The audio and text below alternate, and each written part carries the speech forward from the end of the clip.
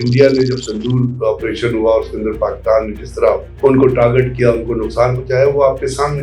अब उसके बाद वो थ्रेट कर रहे हैं पाकिस्तान को बुनियादी तौर पर कि हम संदूर 2 करके आपसे बदला। कई दफा इंडिया के जो डिफेंस मिनिस्टर उसने एक बात कही थी कि हम वो नो फर्स्ट यूज पॉलिसी खत्म करें। तो इसका मतलब है कि इंडिया का कोई न्यूक्लियर वॉर या न्यूक्लियर वॉर हेड फेंकने का कोई ना कोई प्लान था। विक्रांत का वही हाल होगा फिर जो रफेल का हाल हुआ। नरेंद्र मोदी दुनिया का सबसे कमीना और जलील दहशतगर्द है।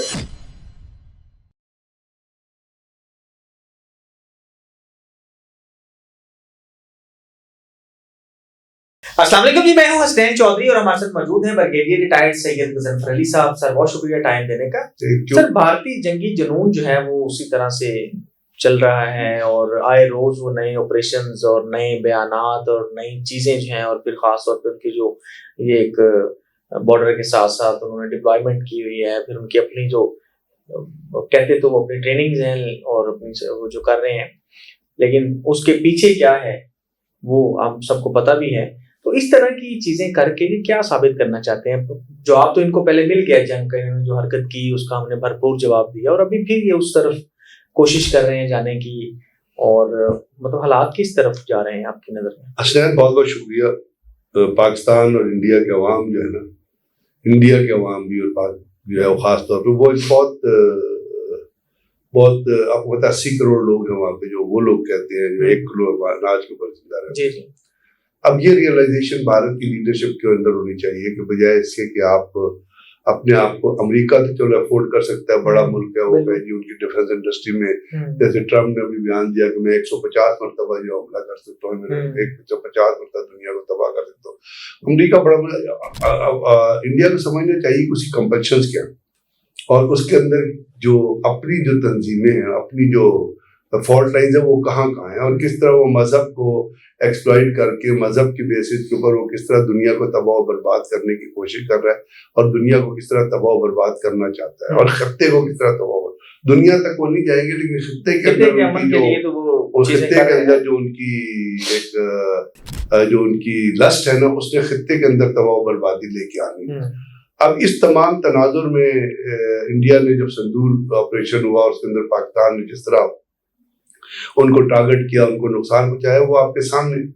अब उसके बाद वो थ्रेट कर रहे हैं पाकिस्तान को बुनियादी तौर पे कि हम संदूर 2 करके आपसे बदला। कई दफा उन्होंने उनके डिफेंस मिनिस्टर ने बयान दिया, हमने पहले भी इस पे उसके डिफेंस मिनिस्टर के बयान पे प्रोग्राम किया, नरेंद्र मोदी ने बयान दिया, उसके बाद इनामी चीफ का बयान आया, सीडीएस का बयान आया, अमित शाह का बयान आया, नजीद कुमार डेविल का बयान आया। अभी लेटेस्ट जो है वो अमेरिका और इंडिया और अफगानिस्तान आपस में मिल गया, फिर अफगानिस्तान का बयान है, उन्होंने भी इंडिया के मतलब है नैरेटिव को सपोर्ट किया, बल्कि कश्मीर तक पे जाके इतने मुनाफिक है, इतने जलील, इतने कमीनगी की इंतहा तक जो अफगानिस्तान के लिए शर्म आनी चाहिए बेशर्मों को, बेगैरतों को, कि पाकिस्तान का खा के तुम जाके लेटते किसी और की गोद में हो। तो उन्होंने कश्मीर के ऊपर जो बयान दिया, अब इस चीज से इंडिया और एम्बोल्डन हो गया कि शायद वो अफगानिस्तान को इस्तेमाल करके पाकिस्तान के ऊपर प्रेशर करते। पाकिस्तान ने अपनी पॉलिसी रिवाइज की हुई है। अब इस संदूर 2 के ऊपर उन्होंने कोई लॉजिक नहीं बनता था कि इस वक्त आप किसी भी एक्सरसाइजेज का शेड्यूल जारी करें, क्योंकि ये टाइम नहीं है कोई एक्सरसाइज करने। एक्सरसाइज होती है नवंबर के एंड में चलती है, दिसंबर, क्योंकि जिस जगह पे आप एक्सरसाइज कर रहे हैं वहां पे गर्मी और बाकी वेदर जो होता है वो बड़ा एक्सट्रीम होता है। तो कोशिश की जाती है कि एक्सट्रीम वेदर की एक्सरसाइज जून जुलाई में की जाए और उसके बाद एक जो वेदर दरमियान उसकी नवंबर से बाद लेके नवंबर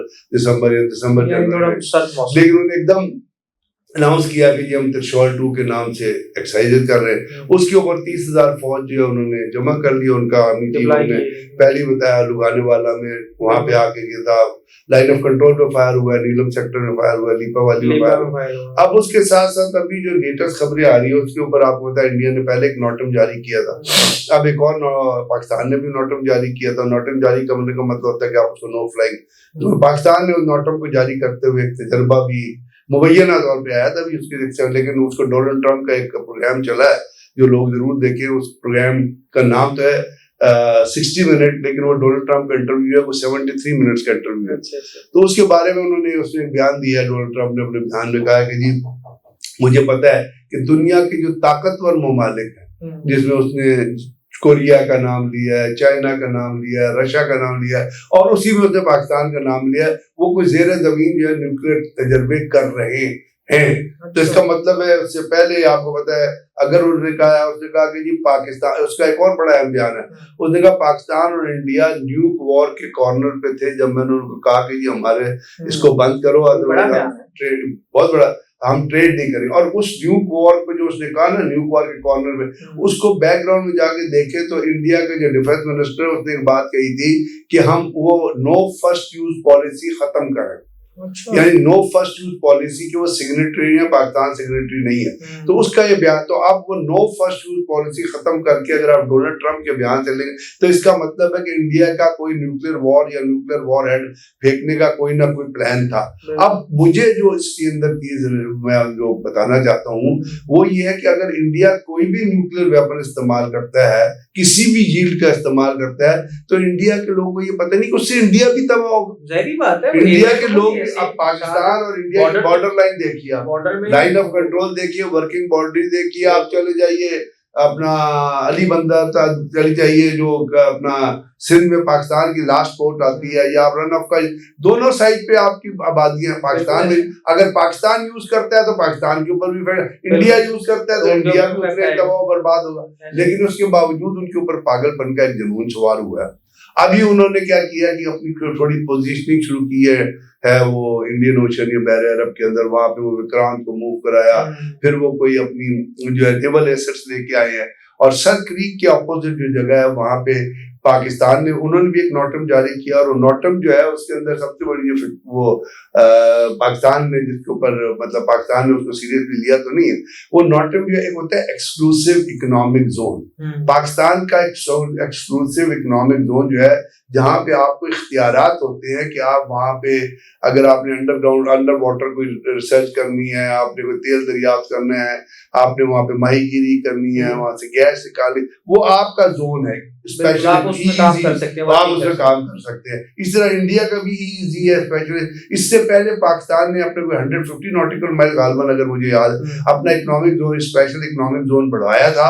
उस वक्त इंडिया ने उस पर इतराज नहीं किया था, तो अब वो पाकिस्तान उसको रिजर्व। अब इन्होंने जो नोटम जारी किया है, यानी नोटम का मतलब है कि उस इलाके से कोई जहाज फ्लाई नहीं करेगा, उसमें जो पाकिस्तान का ईजी है उसका ये 85% एरिया जो उसके ऊपर से इनका नोटम गुजर रहा है, उसी के बिल्कुल कॉर्नर पे एज के ऊपर पाकिस्तान नेवी भी एक्सरसाइज कर रही है, वहाँ मिसाइल फायरिंग हो रही है, वहाँ लाइन फायरिंग हो रही है, वहाँ पोजीशनिंग ऑफ द ट्रूप्स हो रही है। पाकिस्तान ने सर क्रीक के अंदर भी कोई बोट्स लेके आए हैं, वो प्लेस की हुई है। तो किसी भी टाइम, अब जब कल ख्वाजा आसिफ का भी एक बयान आया था, और फिर कल डीजी इस बयान ने भी एक बयान दिया है कि जी इंडिया जो है ना, इसमें कोई भी फॉल्स फ्लैग ऑपरेशन जो है उसकी वजह से कोई ना कोई जंगी हो सकता है वाटर में, क्योंकि इससे पहले आपको याद है जब तो ताज होटल पे हमला हुआ था, याद है ना आपको, तो एक उन्होंने एक ड्रामा बनाया था कि रिक्टिक टिकटी बोर्ड जो है वो बोर्ड के जरिए आए जी, और बोर्ड के अंदर से क्या निकला जी, लक्स का साबुन निकला जी, और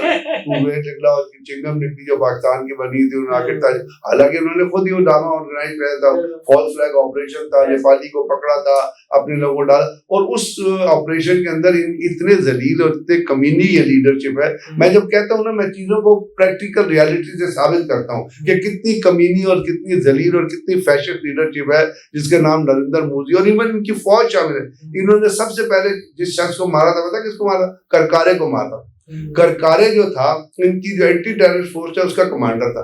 वो जो समझौता एक्सप्रेस का जो ब्लास्ट हुआ था वो उसको इन्वेस्टिगेट कर रहा था, तो उसकी वो अपने कंक्लूजन पे पहुंच गया था कि समझौता एक्सप्रेस का जो ब्लास्ट है उसमें पाकिस्तान इन्वॉल्व नहीं है, उसके अंदर हिंदू दहशतगर्द तंजीमें हैं, जिसका बाद में सवामी अस्सीमान जो जेल में था उसने भी इसको एक्सेप्ट किया कि ट्रिपल बॉम्बिंग और जितने बॉम्बे ब्लास्ट हुए और समझौता इसके अंदर हिंदू दहशतगर्द तंजीमें इन्वॉल्व हैं, इसके अंदर कोई मुसलमान इन्वॉल्व नहीं है, और इसके अंदर पाकिस्तान ISI शाही से। तो करकारे भी इस कंक्लूजन पे पहुंच गया था। इन्होंने सबसे पहला जो शख्स मारा इंडियन आर्मी ने, उसको बैक से फायर करके मारा था, उसकी पीठ पे गोली लगी थी, और फिर इंडियन आर्मी के लोग और इंडियन गवर्नमेंट के लोग जाके उसकी बीवी से ताजियत करना चाहते थे। उसकी मिसेज ने उस डेलीगेशन को एक्सेप्ट करने से इनकार कर दिया। उसने कहा था मेरे कातिल जो है वो नरेंद्र मोदी, अमित शाह और Ajit Kumar devil Indian army है। तो अब ये जो चीजें, अब इन्होंने इतनी प्लेसिंग इस तरह वहां पे की हुई है कि इनकी भी, इंडियन नेवी की भी प्लेसिंग है हमारी भी वहाँ पे नेचुरली पाकिस्तान के नेवल चीफ ने वहाँ पे विजिट भी किया, पाकिस्तान नेवल के चीफ ने वहाँ पे जितने एसेट्स हैं नेवल की, अब ये कराची को के जो है ना वो अपनी तरफ से कराची को एक तरह से एनगल्फ करने की कोशिश कर रहे हैं। उसके ऊपर नेचुरली जब आप अपनी बोर्ड्स, इससे पहले भी आपको याद है 2-3 दफा इनकी सबमरीन्स आई, हमने पॉइंट आउट किया, वो ड्रॉ कर गए। और एडवांटेज ये है कि हमारी सबमरीन जो है ना वो बड़ी आजादी से ये जो इंडियन ओशन या बहर इसके अंदर ऑपरेट कर सकती है और डिटेक्ट भी नहीं होगी, क्योंकि इसके अंदर जो पानी नीचे जो है ना हॉट वाटर है, पैसिफिक और बाकी जो है वो कोल्ड। हॉट वाटर में जब आप एक स्पेशल डेप्थ के नीचे चले जाते हैं ना तो जो रडार होते हैं ना, सोनर वो काम करना खत्म कर देते हैं। तो उसकी वजह से पाकिस्तान नेवल जो सबमरीन है वो एक इंडिपेंडेंट तरीके से ऑपरेट कर सकती है और इनके पास कैपेबिलिटी नहीं होगी इनको डिटेक्ट करने की। तो क्या विक्रांत का वही हाल होगा फिर जो रफेल का हाल हुआ। तो रफेल 4 रफेल गिरे तो जनरल कदवाई ने उनके टेल नंबर भी जारी कर दिए। अब अगर विक्रांत जाएगा तो हम उसका भी टेल नंबर दुनिया को बता देंगे। तो ये खतरनाक सूरत हाल है। और 10, 11, 12 नवंबर वो इसलिए है कि आपको पता है 11 से 13 नवंबर तक इलेक्शन है बिहार की, 243 सीटों के इलेक्शन। और नरेंद्र मोदी और वो योगी जो इलेक्शन में हमने पहले जब भी इलेक्शन होते हैं आपको पता है वो anti Pakistan activity, anti Pakistan rhetorics के ऊपर जो वो बात करते हैं। तो आज सिचुएशन काफी सीरियस है। पाकिस्तान ने अपनी पोजीशनिंग कर ली है। पाकिस्तान की सरहद के ईस्टर्न सरहद के ऊपर भी जो बीफ अप करना था वो हमने कर लिया है। हम उनकी जो लाइन ऑफ कंट्रोल पे फायरिंग है उसका मौसर जवाब दे रहे हैं और देते रहेंगे। और ये जो पोजीशन जो मैंने आपको बताई है कि हमारे ईईजी के ऊपर जो नोटम जारी हुआ है उसके ऊपर पाकिस्तान ने भी एक नोटम जारी किया है जिसके जरिए दोनों एक इस तरह कह रहे हैं कि दोनों नेवीज जो है वो फेस टू फेस करें। अब इनके बदअक्लों से कोई पूछे कि अगर संदूर में आपकी एयरफोर्स ने हिस्सा लिया था, आपकी रॉकेट कमांड जो है उसने पाकिस्तान के ऊपर मिसाइल फायर किए थे, नेवी ने अगर हिस्सा नहीं लिया तो आप सिर्फ इस डिजायर पे कि नेवी भी शामिल हो जाए पूरी दुनिया को, पूरे खित्ते को जंग में मुब्तला करने जा। This is what the thinking, intellectual lack of thinking है कि इनके अंदर जो इंटेलेक्चुअल थिंकिंग होती है वो नरेंद्र मोदी जैसे लोगों में मौजूद नहीं होती। क्योंकि जब इन्होंने 2018 में पाकिस्तान पे हमला किया था ना, जिस रात को हमला कर रहे थे उससे पहले एक रात को हमला करना था तो वहां पे इन्होंने डिले कर रहे थे इंडियन एयर चीफ। तो नरेंद्र मोदी ने पूछा क्या वजह, उसने कहा जी बादल बड़े स्ट्रांग हैं तो हमारे लिए फ्लाइंग प्रॉब्लम हुई। तो नरेंद्र मोदी का जवाब क्या था, उसके इंटेलेक्चुअल लेवल, मेंटल लेवल, उसने कहा यार बादल है तो क्या वो छुप छुपा के जहाजों बादलों में चले जाएंगे, पाकिस्तान को पता तो ये है क़यादत का लेवल वहां पे जो फैशिस्ट लीडरशिप है। नरेंद्र मोदी दुनिया का सबसे कमीना और जलील दहशतगर्द है जिसने इस खित्ते को क्या अपने मुल्क को, मैं आपको कह रहा हूँ ये अपने मुल्क को तबाह करके रहेगा क्योंकि इसने अपने मुल्क का एक बड़ा अच्छा जो सेकुलर कल्चर था उसको तबाह बर्बाद करके रख दिया। तो जो शख्स अपने मुल्क में 80 करोड़ लोग जो 1 किलो अनाज खाते हैं, वो लोग जो बाटा की जो चंपिया पहन के सड़कों पे फिरते हैं, इनके पास पहनने में जूते नहीं, वो लोग जो बॉम्बे के अंदर जिनके पास रहने के लिए ईज करने के लिए बाथरूम नहीं है, सड़कों और छायले समंदर पे जाके अपने आप को ईज करते हैं और बदबू की एक फजा पूरी शहर में रहती है, वो लोग जो दिल्ली और बॉम्बे में रहते हैं उनके पास पीने का साफ पानी नहीं, येलो कलर का वो पानी पीते हैं जो पेशाब लगता है। बजाय इसके कि उनको वो फैसिलिटीज दे, इसको एक जुनून सवार हुआ है कि मैं जंग लड़ूं और इलेक्शन जीतूं। तो जिस मुल्क में लीडर जंग लड़के इलेक्शन जीतना चाहते हैं उस मुल्क की आवाम को सोचना चाहिए कि उनको अपने मुल्क के लीडरों पे तमाचा और जूते मारने चाहिए न मारने चाहिए। ये इंडियन लीडरशिप, इंडियन जो आवाम है उनके लिए बहुत बड़ा सवाल है। जी सर, बिल्कुल, थैंक यू।